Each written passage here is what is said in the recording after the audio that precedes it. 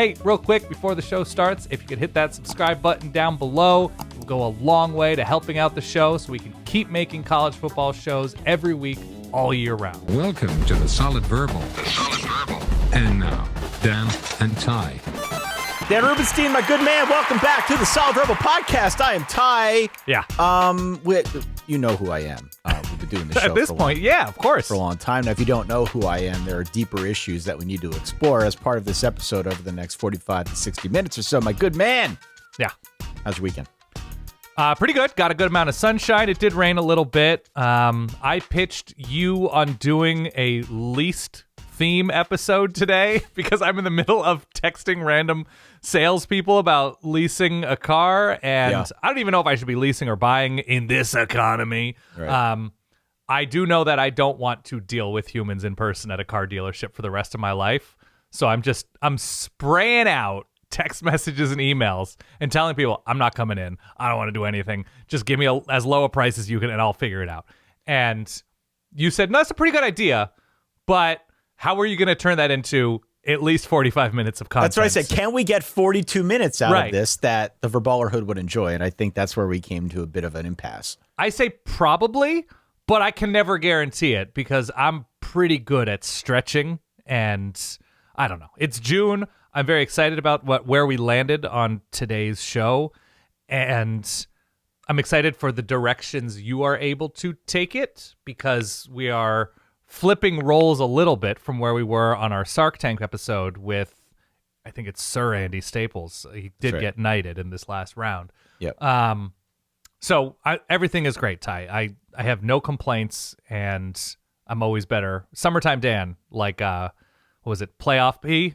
Paul Pierce in the playoffs? Summertime Dan is a great Dan, in my humble opinion. Well, if you get any updates, because I know you've been sending these messages out, if you get any updates and your replies from the salesman, I already did get one. It seemed okay. We'll see. I'm gonna keep spraying out those messages, of course, throughout the course of this episode, because I know the Verballerhood would care. You're distracted by that. I'm distracted by the fact that I'm going out to Seattle later this week to watch the U.S. play against Australia. I am elated to be going to this. I'm so jealous. I think you're gonna have such a fun time. The latest thing that I'm trying to pull off, I don't think I told this to you earlier, but I had to buy an extra ticket for a friend who is seated in a completely separate area of the stadium. So now I'm trying to see if at the last second, albeit with way more expensive tickets now because everyone's excited because the team won 4-1, I'm trying to see if I can find a ticket that brings him into our section or a little bit closer into generally a supporters section so that he's not off on an island on his own. But if anybody out there... What does that mean, a supporters section? They have certain sections that are grouped off for like U.S. soccer supporters, that type of thing. Like, are these the ultras? Are these the the hyper serious, loud? I think I technically am one, but I'm pretty normal. Do you know all the chants and cheers? I don't know any of the chants or cheers. Okay. Well, no. Gotta so that's learn. Probably on me. I could learn quick, yeah. But alas, if anybody is going to the game on Friday and you've got an extra ticket and you don't want to sit next to a weirdo, you can sit next to my friend. Just email me solidverbal@gmail.com. And if you are new here, if you are just stopping by, I promise you this is a college football show. Yeah. Hit follow, hit subscribe so that you do not miss any of our episodes. Verballers.com is where you can go to support the team.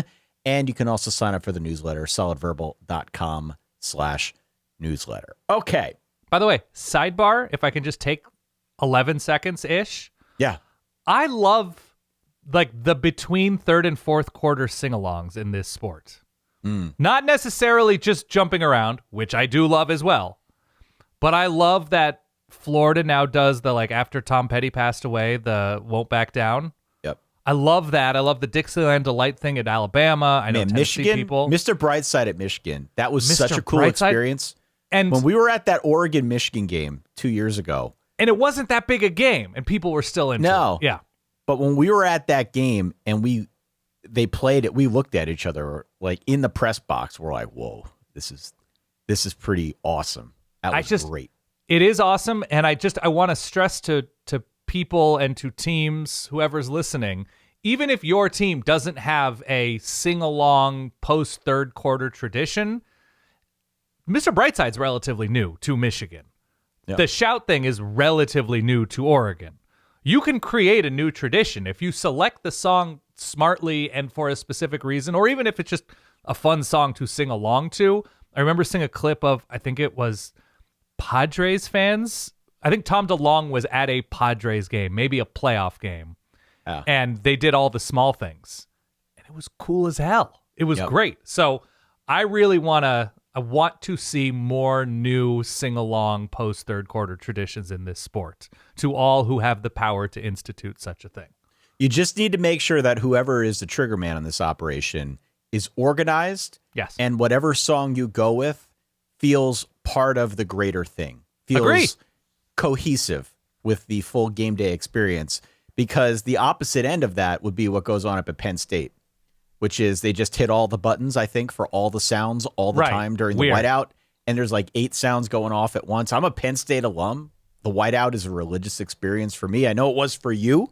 Oh, like it's an incredible bucket list type of thing if you're a college football fan. Whoever is in charge of the sound buttons, we don't need more sounds all at the same time. Cut a few out, be organized, have like a spreadsheet that tells you when to push which buttons, because that was a little much for me.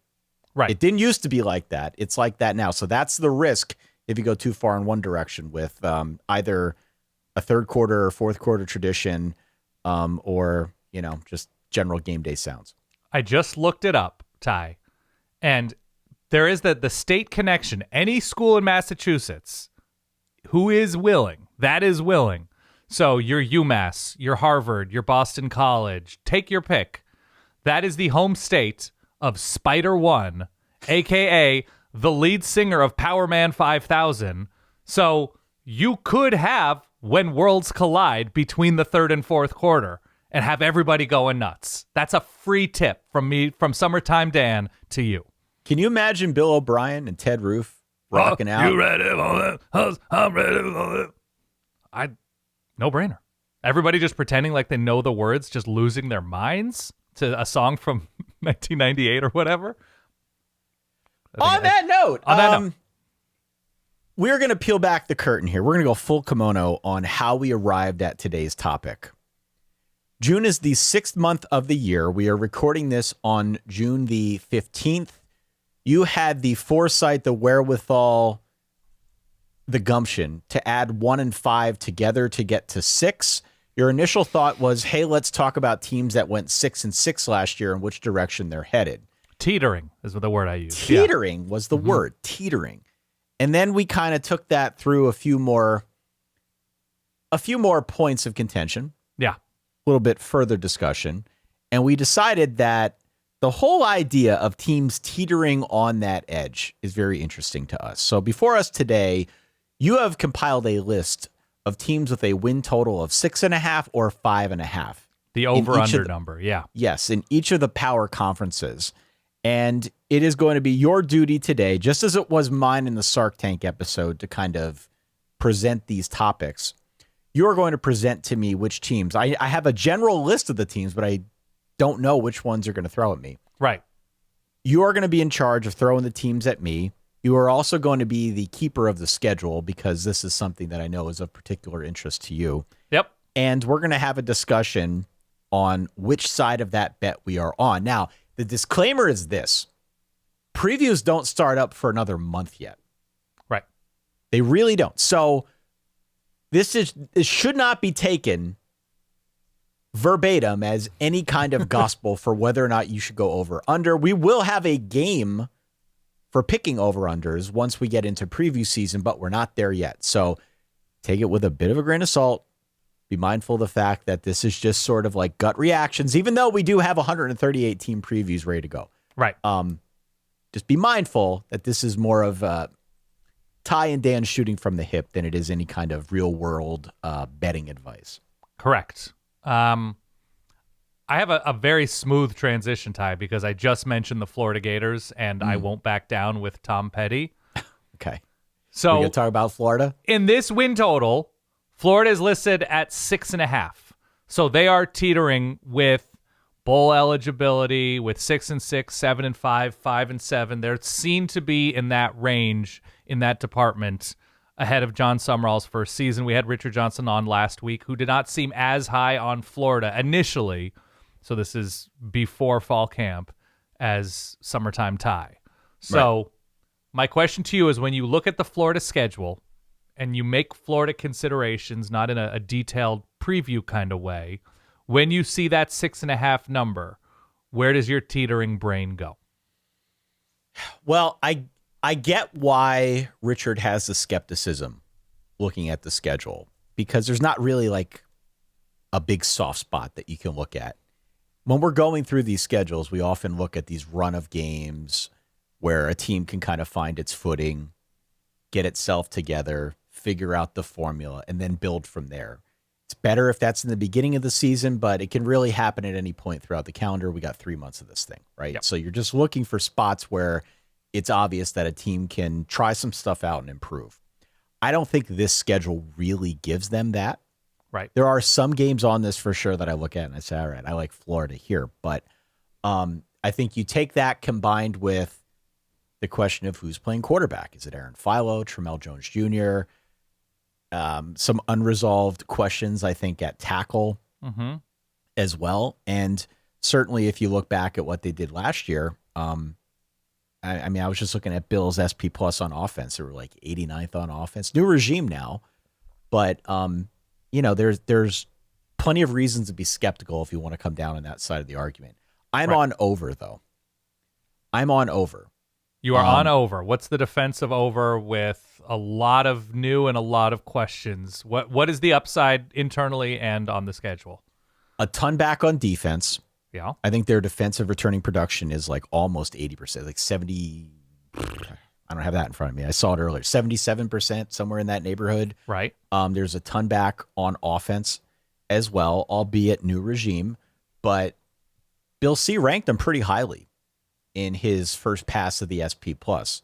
They were like number 19 overall. So a top 20 caliber team, in most cases, is going to get 7 wins. And then I think you lay on top of it that this is a really, really talented offensive skill group, right? It's not just Jaden Baugh, but Vernell Brown III is back. Eric Singleton is coming over, who can be a very productive receiver.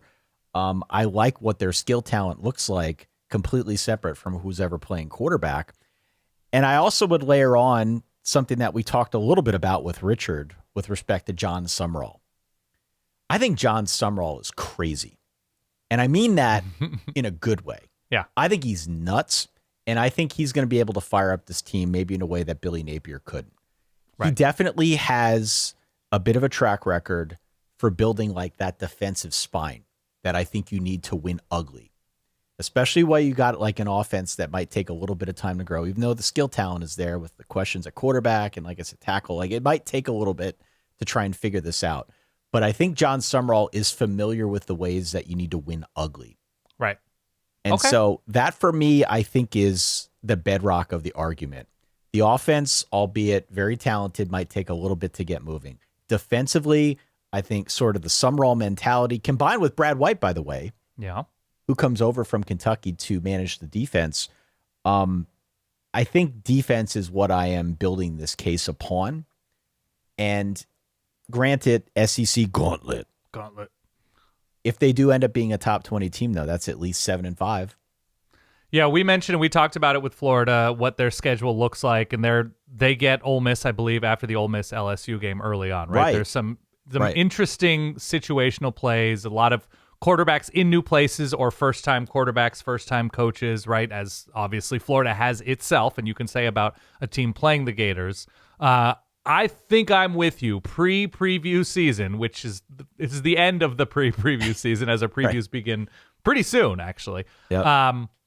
I think I'm with you. I mean, you also have to find a team that's probably teetering that you're going to say is below that 6-win mark, right? If there's a lot of teams bunched in there, there's only so many wins to go around.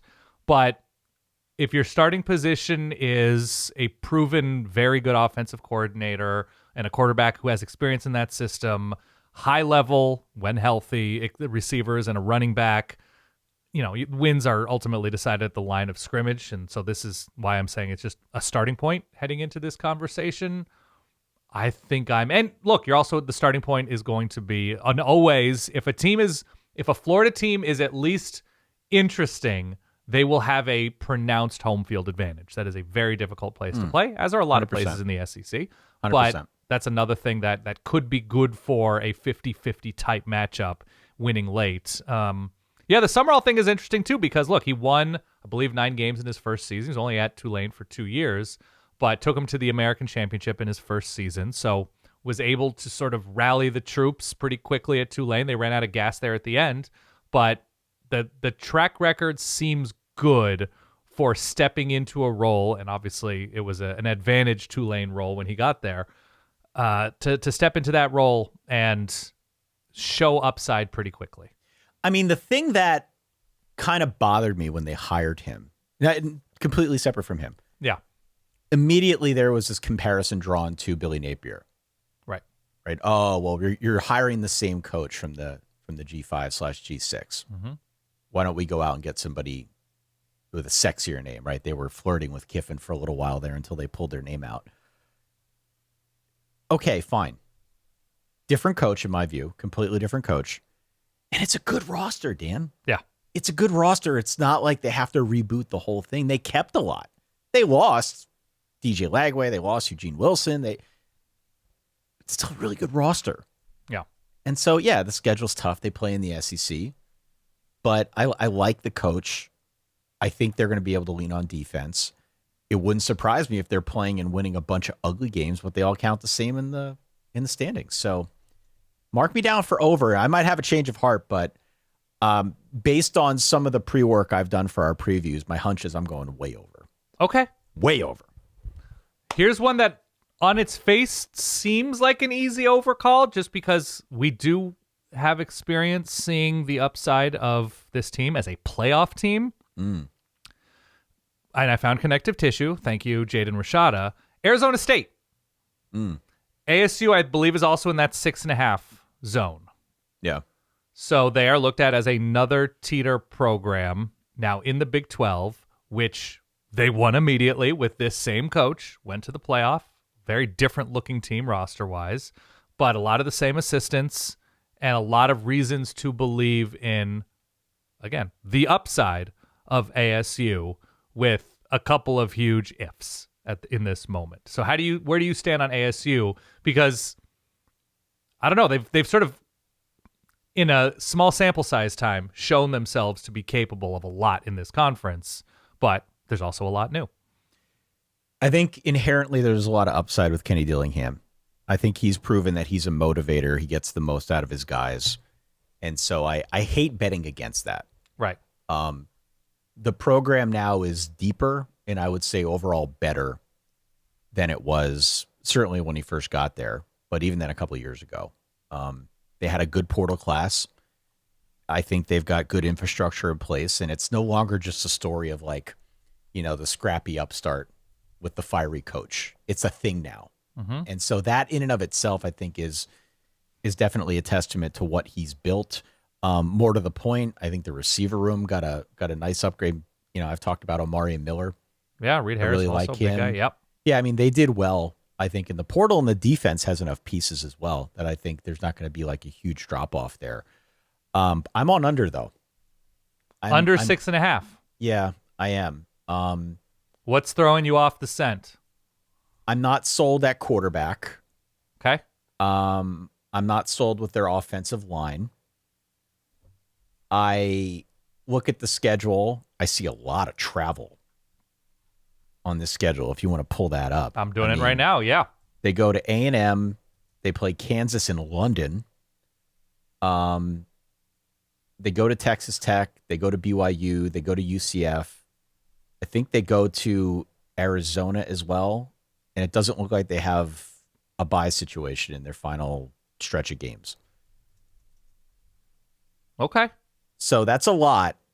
And even though I generally feel like the defense still has pieces that will keep them in a good place, they got to fix the pass defense.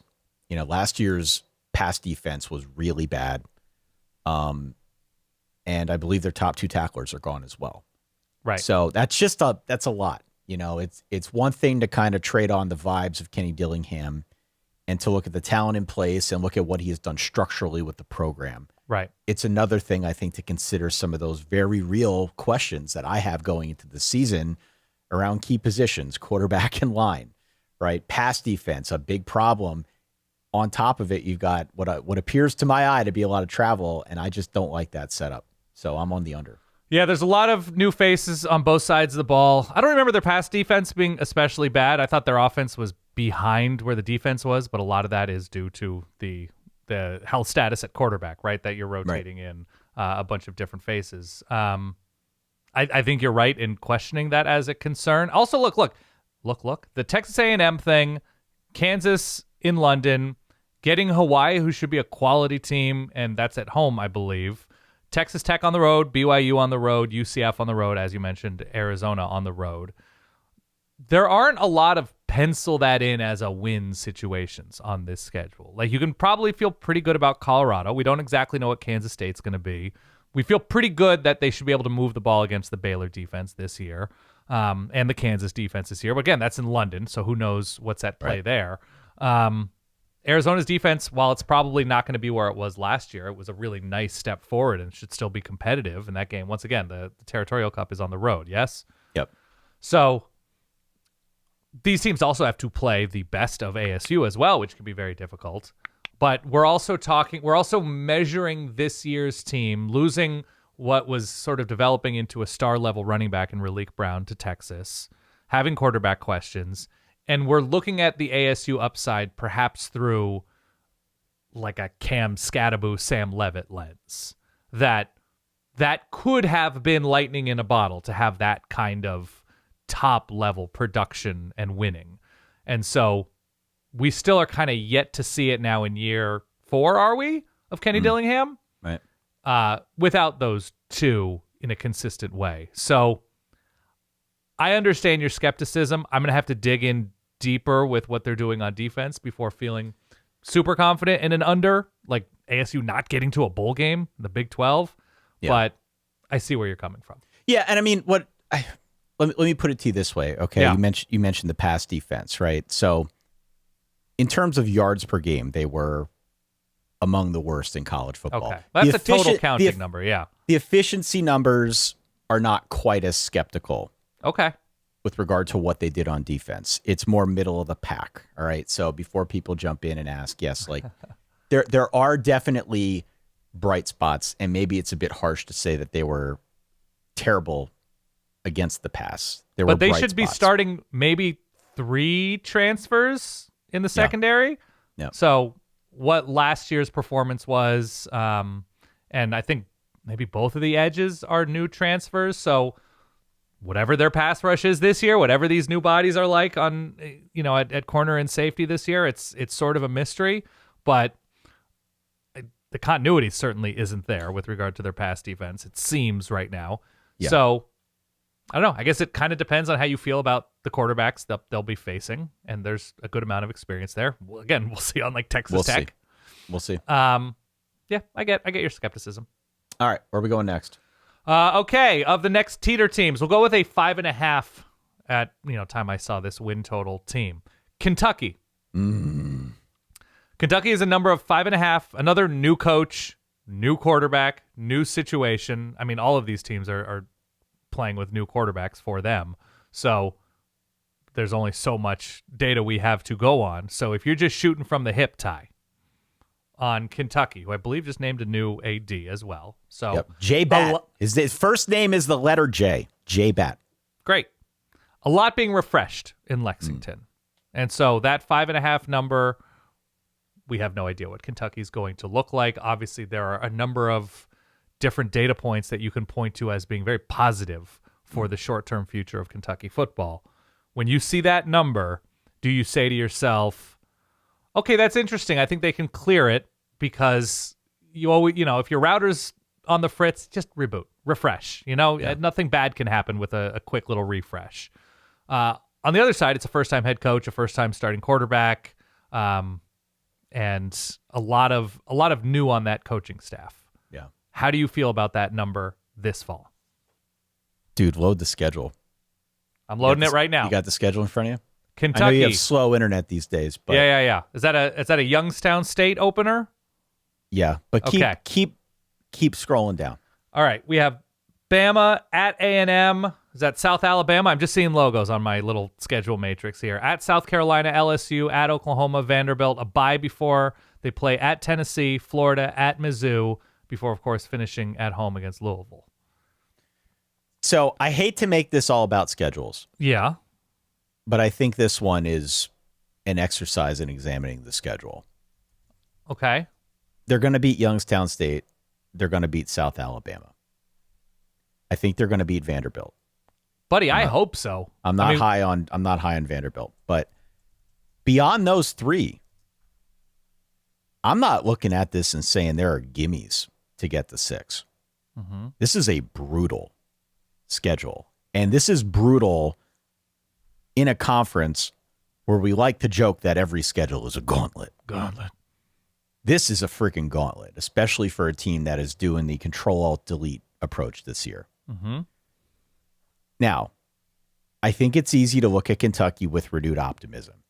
I really like the Will Stein hire, and they were aggressive in the transfer portal. They had the number 11 transfer portal class. I'm not going to sit here and list off guys, but Kenny Minchie, CJ Baxter, Nick Anderson, there's a bunch of other guys that they brought in that I think are really talented that can help them win. And I think the defense has enough pieces right now to be solid. Mm-hmm. Bill Connolly was fairly high on them. He had him at like number 36 in his defensive SP plus in the preseason. 6 wins is not impossible by any stretch, but they got to get an upset. Sure. They got to get an upset along the way.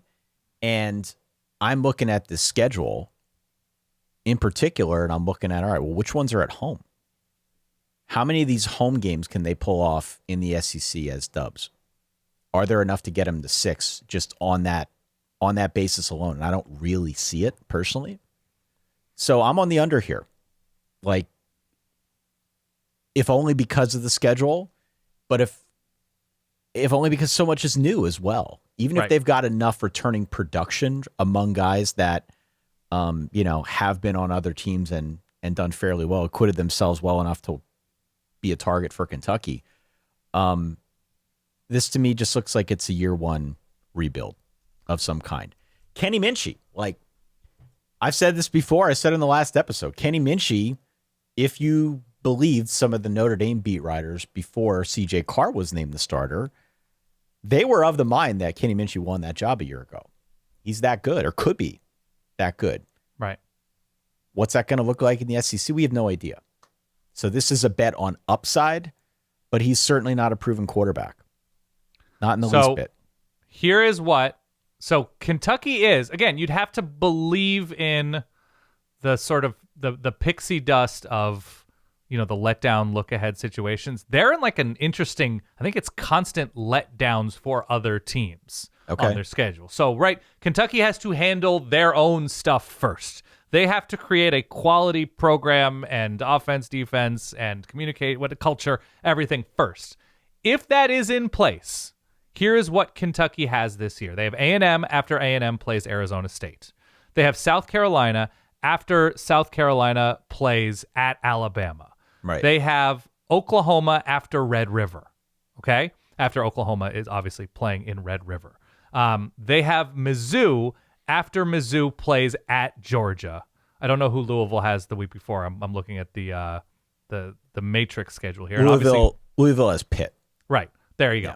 And obviously Florida plays Oklahoma a week before they travel to Kentucky. So if Kentucky is not great, but kind of clearly dangerous doing X or Y, they've got a lot of teams, especially if they are very specific in the way that they play offense, and they can just sort of lean on who they are and not try to do too much. They can be quite trappy for a lot of these teams in a letdown spot. I don't hate that logic. I really don't. Yeah. I mean, that's like 5-6 teams that I just rattled off. Yeah. I got them at 5 and 7. Okay. I got them at 5 and 7. I think the schedule's brutal. Every SEC opponent on this schedule, Dan, is ranked higher than Kentucky in the preseason SP plus. Yeah. Now, It's a preseason ranking. Mm-hmm. Take it with a grain of salt. But Bill's numbers are usually pretty good at least giving us an indication as to who's going to be good going into the year. And I think for Kentucky, I saw those numbers, and even before I saw them, I was kind of leaning in that direction. So I'd be inclined to go under. I've got them down for 5 and 7. I got another 5.5 program. Okay. Minnesota. Oh, man. Don't talk about my Golden Gophers. Your beautiful, beautiful Golden Gophers. I haven't set a time yet for when we're going to do the Minnesota Zoom call, the support group that I did last year. Oh, in December? Yeah. Yeah. But we had a lot of people jump in on that, and that was awesome. That might have been my favorite thing that I did all of last season. It was a smart idea, and you followed through, and you gave people a space to be themselves. All right. Number 7 nationally in returning production. A lot on offense, not as much, but still pretty much on defense. I think PJ's got a nice little foundation. They won 8-5 a year ago. Yeah. I have a soft spot for Drake Lindsay. Okay. The Drake Lindsay, Darius Taylor combination for me is where I go first when I think about this. Again, not a preview, but you got both those guys. That gives you a continuity that is definitely something you can build on. And I am excited to see what Darius Taylor looks like, as I always am with Darius Taylor. But he is, I think, the engine that makes the offense work. Talk all we want about Drake Lindsay being, the NFL prospect, but Darius Taylor is your guy in the run game. He also can catch passes out of the backfield. Yeah. When healthy. When healthy. It's just bad luck, obviously. But you beat me to the punch on that. Yeah. But yes, when healthy, his talent, I think, is undeniable. And I still think the defense has some really high-end pieces that, you can get excited about if you're a Minnesota fan. I want you to pull up the schedule, though. I have the schedule in front of me. Defense, I believe, clearly ahead of where the offense was last year. Yes. Again, it's a decent starting point. Schedule this year for Minnesota. I want to look at home road splits specifically. All right. They have Mississippi State in the non-conference portion of things. They're in Seattle. They're in West Lafayette. They're in Bloomington. They're in State College. They're in Madison. They miss what could be the two teams in the championship game in Ohio State and Oregon. And they had Oregon on the road last year. So they get Michigan at home, Iowa at home, Northwestern and UCLA at home in the Big Ten portion of their schedule. So all things considered, I don't hate this schedule. I don't hate it either, but the reason that I bring this up is because Minnesota went 7-0 at home and 0-4 in true road games last year. And so something's got to give, right? Something's got to give on that front, on the scheduling side. They need to be a little bit better on the road one way or another if they want to hit this over. To your point, the offense definitely has a lot to prove. I mean, this was not a great offense last season. Let's just be real about it. They did not generate chunk plays. They've got a lot to show on the ground as well. Darius Taylor's got to be healthy. I think if he's healthy, they got to improve. But this was just not it was a unit that let me down a little bit a year ago. So my problem is I'm always bullish on Minnesota. Right. So I would encourage people out there listening to this, if you are using this for any kind of real world betting advice, don't take my word on Minnesota because I have a weak spot for them. Right. But I'm going over. I do trust in PJ to some extent. And I like the tandem of Drake Lindsay and Darius Taylor on that offense. I think they have to improve on that front. And the schedule's not terrible either. So give me over. Yeah, schedule's not terrible. They need to be better on the road. 3 of the last 4 years, they've gone 5-4 in conference and gotten to 7-5, if not 8-4 in the seasons. They had one down year in 2023, and they still managed to go 6-7. So it seems like that is an inappropriately low number considering PJ Fleck's track record of figuring out how to just get to 7. Right? That's the number that he's generally able to navigate to. Obviously 2019 they get to 11, and then his first season was a nightmare, but they got to 7 wins in his second year and got to a bowl game. So I think unless it's sort of disastrous injury-wise, 6 wins seems pretty reasonable to me, considering their starting point, considering PJ Fleck's track record, considering that they have a returning starter at quarterback who should improve, especially if the running game is at least healthier. So for those reasons, I am in on at least Minnesota going bowling, if not more. I was surprised. I just don't think. I was surprised when I saw that number. And look, to your point with the schedule itself, so we have new at Michigan. I believe Washington is playing Minnesota a week before they get USC. Yeah. Now that game's at Washington, more to the point I made earlier. I know, the road Minnesota thing. was not a great road team last year. Right. So But just sure. they're tougher games. They get Iowa after Iowa has a bye, which should be tough. Indiana's going to be tough regardless. But Indiana does have Ohio State and Michigan leading up to that Minnesota game. They're a supremely well-coached team that they'll be prepared for every single one of their games. Minnesota gets UCLA a week before their tough ending stretch of Illinois, Michigan, USC. And Minnesota gets, I'm looking at the other, what could be like toss-up-y games. Again, it's on the road against Penn State, but that's after a Washington game for Penn State traveling across the country. So again, a lot of these major conferences are just always going to have stacked situations either before or after. But if Minnesota is at least decent, they could be advantaged situationally. So yeah, I'm in on the over there. Yeah, I mean, again, Darius Taylor, hamstring's got to be good. Yep. Drake Lindsey, excuse me, needs to take more shots down the field. Mm-hmm. Was good as a freshman starter. Did not do a whole lot in terms of like yards per drop back. They need to improve that. I want to see more of those 20-yard plays. We did not mention that they lost Coy Parrish, your boy. Yeah, he's going to be starting at Oregon this year. Yeah. That's leaving a lot of tackles on the board. Mm-hmm. So I'd like to see what they do on the back end of that defense. The interior of the defensive line is another question that maybe we can discuss. They've developed more. safeties really nice, though. They have. They've done a really good job. With Antoine Winfield going back. We need to see. We need to talk a little bit more about this in greater detail when we get to the Minnesota preview. But I'm in. Final I'm in on nug the here, over by the way, on the Minnesota schedule. They get Northwestern, and it's a road tilt. It's at the new Ryan Field. Should it be open?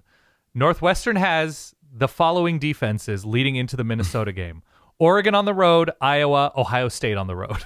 Oh my gosh! So if you're a big believer in the body blow theory, Northwestern's offense might be, look, it should be better with Chip Kelly, but Oregon, Iowa, and Ohio State in a row before the Minnesota offense gets their shot on the road. Jeez, man. Okay. Yep, that's a lot.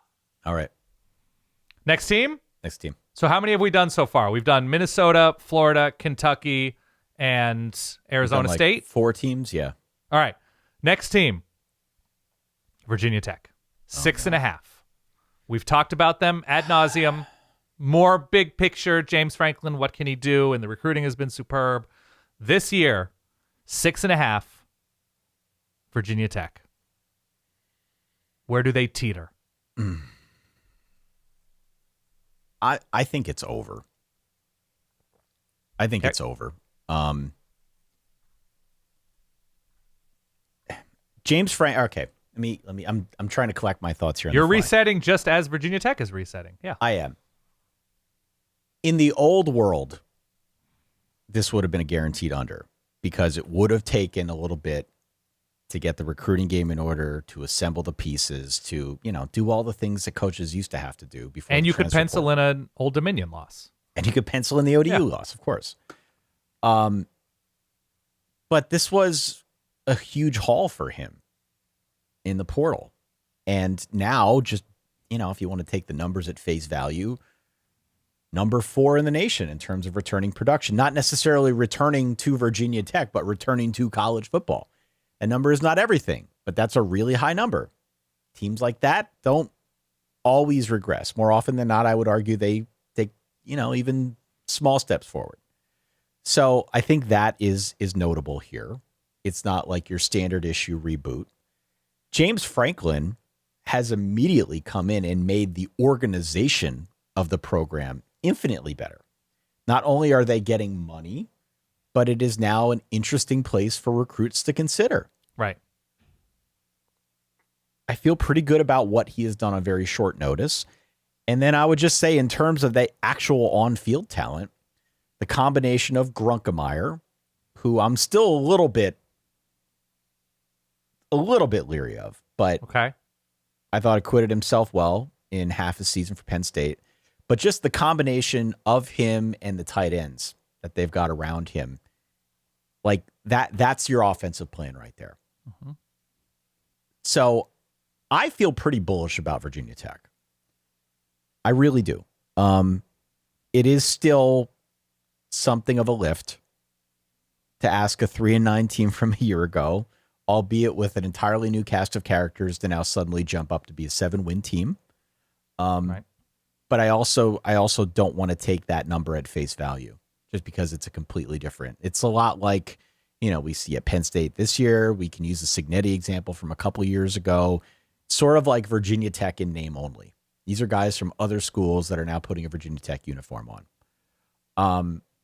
The things that I would point out, if you are a skeptic here, new primary play caller, first timer. Curious to see what Grunk looks like in a full season. And offensive line, to me, I think the jury is still out on that front. I do think the schedule works to their favor, but I'm mindful of the fact that, at least to my eye, the toughest games are on the road. Clemson, SMU, and Miami. Well, and it's also, you look at their schedule, and it's realistic that they could lose 3 of their final 4 on the road against SMU. And it's after a bye, but it's on the road. On the road against Miami, and obviously Virginia in the rivalry game to close out the year, though that game is at home. The 4th one in that string of games is Stanford at home, which appears to be winnable. Stanford traveling across the country with a lot of work to do. The Cardinals have a lot of work to do. So that means they likely have to start off 6-2.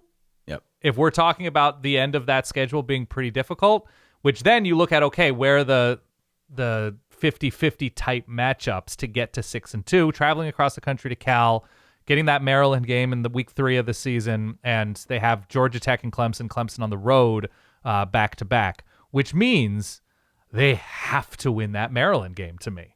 Yeah. That is, if they lose that Maryland game, it's hard to see them winning 7 games. All James Franklin has done or is 7 beat Maryland. plus. That's my final point. Yes. Formerly at Maryland, right before he became a name as a head coach, but I'm looking beats them at this. 45-3 every year at Penn State. Yeah. Yeah, VMI, ODU, Maryland, Boston College. I'm looking at those as 4 wins. As am I. I know there's been recent baggage with ODU, but he's going to beat ODU. Pitt, I think Pitt's a win. That game's at home. The Cal game across the country is interesting, right? It's a short week for that Pitt short game. week. Yeah. And Georgia Tech, they get them in Blacksburg before they go into that run of games at Clemson, at SMU, home against Stanford, on the road at Miami, before Virginia and the Commonwealth Cup to close things out. But right. James Franklin is not a 6-6 coach. He might have been last year if he stuck around at Penn State, okay? But I don't think this is the same situation, and I feel pretty confident that this is the team that's at least going to get the 7 wins. So I'm going over. The thing I'm bummed out about, with absolutely no data points, is Virginia Tech situationally has no advantages. Like, there's nobody who plays Miami the week before they play Virginia Tech. There's nobody who plays like at SMU the week they play against the week before they play against Virginia Tech. There's nobody who's playing, traveling across the country to play Cal the week before. I know we're far too high on Cal, but we can't help it. We're high off the Cal supply. That to me is worrisome. You'd love to pick up, 1 or 2 that are close, but a team is worn down, or a team, had a huge win the week before, upsetting Miami or one of these teams, and then plays at Blacksburg. So they don't have that, so they'll just have to rely on whatever they are or are not. Yeah. Let's do like 1 or 2 more. Okay, next. Let's go to TCU at 6.5. 6.5, huh? TCU 6.5.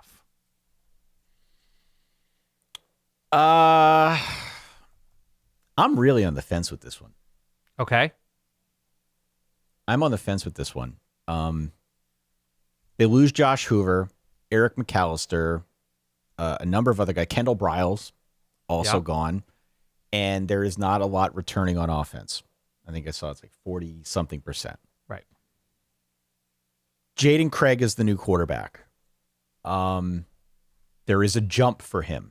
Yeah. Harvard, Ivy League, yeah. Coming from the Ivy League. I think he could plausibly be the answer.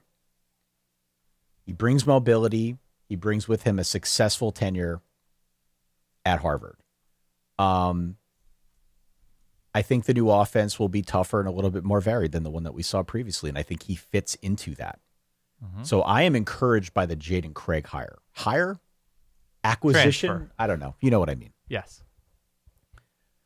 I'm leery about November. I'm leery about this November schedule. Okay. Why? If you've got it in front of you. Yep, I do. It just feels to me like it's almost tailor-made to expose their flaws. Okay. I'm looking at this. It's at Arizona, who I think is going to be pretty good this year. Home against K-State, kind of a sandwich spot before they have Utah coming to town. And we don't really know what version of K-State we're going to get. We don't. Right. Utah, I think, should still be pretty good. And then they close out the year on the road at Texas Tech. That is a tough stretch with which to close out your season. It's considerably easier before that. Going to Dublin to open up against North Carolina, that should be a win. Grambling, Arkansas State, at UCF. They've got a BYU game in there at the start of October that I think is going to be a bit of a tester. At Baylor, home against West Virginia, home against Kansas before they get into that stretch. What's that number again? 6.5, TCU. I'm right on that number, man. I'll go over. Okay. I'll go over. Remember, this is a 9-4 team from a year ago that beat USC in the Alamo Bowl. Mm-hmm. I think the schedule is such, and I hate to make this all about the schedule, but for me, this is really what it comes down to. This and Jaden Craig, frankly. I think the schedule allows them to bank enough wins before they get to that tough stretch in November. And so I think they're able to get to 7 before it gets like super ugly. Right. I'm inclined to go over here, but I think it's like an early over. An early over, they don't finish all that well. Yeah, just because it's tough. I mean, they I'm not saying they're going to lose all those games, but right. We're doing this mid-June, before we get to previews and all that. I don't know. When you lose so much of your identity from a year ago, what I want is a runway to sort of settle into the new normal. And I think they have enough of that to get over the 6.5, but I am leery looking at the end. Here's what I wonder about. And I like Jordan Dwyer, who is like the unquestioned, I believe, best returning receiver there. What does the star power look like with this TCU team? At best, you could probably describe their defense as bend but don't break last year. They couldn't run the ball at all. And they've got what looks to be a pretty tough roster of quarterbacks that they'll face this season. Right. I don't know. There is something extremely 6-6 about this team. A slight under from me for TCU. This is why I'm saying I'm right on that cusp, Well, and it's to your point, right, that November is tough, but like North Carolina's not automatic. Playing in Orlando at UCF, not automatic. Like the games you'd want to pencil in and be hopeful about a win, even playing against the Baylor defense, that's a rivalry game on the road in mid-October. Who knows how healthy anybody's going to be by mid-October. West Virginia should be hopefully improved. Kansas obviously is starting over in a number of places. I just, at this point, with what TCU is offering me, is a lot of questions and a lot of trouble on this schedule. I have them at 6-6. I'm genuinely curious to see what the offense looks like under Gordon Samus, their new offensive coordinator. Yeah. I think it figures to be a little bit more built around the run, like more pistol, more commitment to the running game. Yep. Which, as you said, has not really been a feature as of late. But it's just I kind of get uneasy when I look at this, and I feel like there's a lot changing. Right. And we can go in the press and talk about all the interceptions that Josh Hoover threw, but Josh Hoover was still a pretty good quarterback. There's a reason why he went to Indiana, and I I like Jaden Craig. I think he's a different profile of a quarterback. It's certainly what he did at Harvard was really solid. I understand why TCU would be after him, but Yeah. I'm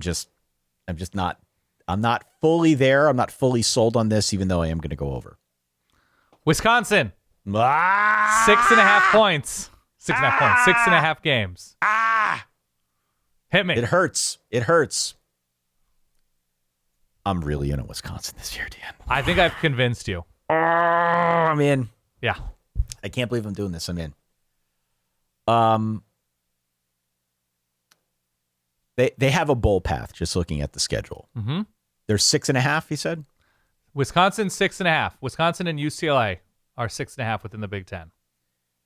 If the offense is merely functional, this is a bowl team. Sure. Because for the first time in what feels like forever, the schedule isn't a gauntlet, right? They miss Ohio State, Oregon, Michigan, and Indiana. Meanwhile, They've got Rutgers, Maryland, Purdue, Minnesota. All right. We could say what we want about Minnesota, but those other three teams should be beatable for Wisconsin. Right. I love Colton Joseph. I think he gives Jeff Grime a completely new toy to play with. Yep. Grimes has something. And he also had a bunch of runs for more than 10 yards, which gave them a little bit of pop. Wisconsin as a team had 33. Colton Joseph had 37. So he is definitely someone to keep your eye on, provided he can stay healthy, which has also been a problem for Wisconsin, keeping these guys healthy at quarterback. Right. The other reason, though, and probably the main reason why I'm bullish on Wisconsin is because I think the defense is actually going to be pretty good. I think it's like a top 20 caliber defense. The defense should be able to keep them in close games. There's enough returning production that I feel fairly confident saying that. And I think that just that Luke Fickell knows what's on the line here. Luke Fickell knows that he's got to show real progress. Otherwise, he's done so. Right. Now, I guess the bear case for Wisconsin is that we're still projecting on offense. Like this is a bad offense a year ago. Offense has been a very tough nut for them to crack in the time that Fickell's been there. Yeah. We're just projecting that Colton Joseph's going to be healthy and going to give them a lift. That's obviously not a guarantee. He's also kind of a volatile player too.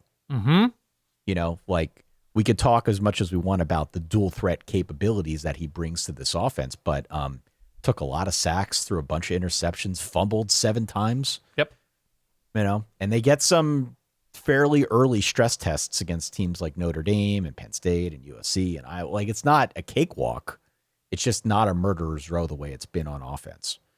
So I think this is the year we're going to hit that over. I think I'm hoping, because I like Luke Fickell, I'm hoping that this is going to be the year where he sort of turns the tide and changes that narrative a bit for Wisconsin and kind of builds better from here moving forward. But you sold me on him, man. I think I'm in. You did. I blame you. Here's the problem. I'm so much more romantic than I should be about these teams, right? Like, I just want Wisconsin to be a factor in this sport. I love going to Madison. I love everything that Wisconsin represents, right? Just the brand of like, oh, we've got the big bashing offensive line and all these talented running backs and these defenses that are incredible over the years. And they've not shown anything under Luke Fickell consistently on either side of the ball for any stretch of time since he's been there. And I'm just annually ready to be hurt again. We all watched this Wisconsin offense last year. We've all watched these Wisconsin quarterbacks either get hurt or play in systems that were not built for them. When you saw the upside of like Tanner Mordecai early on, you'd be like, all right, this is interesting. And then he just can't stay on the field. And the TVDs and the Graham Mertz of it all, and just not limited to Luke Fickell's time, where you want so much more for this Wisconsin offense and more recently defense as well, and that they're reduced to being like, okay, we're going to lose, or maybe we'll win barely 13-10 in the rain or 21-10-7 in the rain, and I just don't want them to be only a bucket of wrenches in this conference. I want them to be more every year. So I'm just higher on them than I should be every year. This year it's the Colton Joseph thing, which I think you're right to point out the volatility there. But if they're decent, which I suspect that they will flirt with decency this season, you talk about the schedule. They are advantaged situationally with some of their bigger games. I think they get like Michigan State after they play Notre Dame and somebody else. Like there's a lot to like pending decency for Wisconsin when they get these teams, even when they get Minnesota at the end of the year, right? I think they get UCLA after UCLA plays Oregon, stuff like that. So pending decency, I think they can get to 7 wins when I look at this schedule. The one thing I didn't mention, and like it's not nothing. Mm-hmm. They lost their top 3 receivers, every player who intercepted a pass, a ton of production at edge. There is going to be... Yeah, they have a ton of new faces on both sides of the ball. Yeah, like there's definitely going to be... And this is the case at a lot of places. It's not unique to Wisconsin. But there's... If I am basing a lot of my argument, let's say on defense, there are some like chemistry questions. There's some chemistry questions. Anytime you're bringing in transfers, there are chemistry questions. It doesn't always hit. For every Indiana, there are 5 other schools where it kind of goes awry. So we'll see. I don't know. I am bullish on Wisconsin. I really like Colton Joseph. I hope they can get the most out of him, and I hope they can hit this over. Look, the 2025 Northwestern Wildcats went 7-6. Okay? The 2025 Nebraska Cornhuskers, 7-6. The 2025 Minnesota Golden Gophers, 8-5. With these big conferences, and we'll say it again, your schedule can work out so that you get 7 of your 9 games against so-so or below average teams, just because there's so much variance in these enormous conferences. So it's not crazy that an average team could win 8 games when all is said and done, or perhaps 7 games before a bowl game. So I'm taking the mind, if them, why not us? Okay. So I'm going over here. Why don't we leave it there? Solidverbal@gmail.com is the email. Let us know what we got right, where we got it wrong, where you disagree or agree, either via email or anywhere you can leave a comment. We'd love to hear from you. If you've made it this far and you have yet to click follow or subscribe, we would encourage you to do that. It helps grow the show. And if you've been with us for a while, I say this every episode now, but as we round the bend into preview season, it is helpful for those star ratings and those reviews. It encourages others to give the show a test. Yes. See if it's for them. Agree. Anything else going on? You got Seattle? No, reach out if you got that ticket in the supporters section. But I don't reach out. I don't know what the soccer, the level of soccer fandom is here among the Verballerhood. But if you've got an extra ticket and you don't want to sit next to a weirdo, you can sit next to my friend. If you are a person who can get me a deal on a Mazda, reach out. That's all. I don't have anything else to sort of ask for here. Ty, you're living a much more glamorous life than I am this summer. You know me. And you go in a month to Ibiza? You are just Ibiza, yeah. Ibiza. Oh no. I can't believe your life these days, but this is what happens when you're Ty Hildebrandt. What are you going to do? Happens. All right. Wherever you may be, thank you, as always, for your ongoing support. We appreciate it. We will be back with a new episode on Thursday. If you want the episodes a little bit early, without the ads, chat with our Discord community, you can go to verballers.com, verballers.com. It's the best way to support what Dan and I do. In the meantime, for that guy over there, Chicago, Illinois, Dan Rubenstein, for myself, Ty over here in Eastern PA. We'll talk to you all on Thursday. Stay solid. Peace.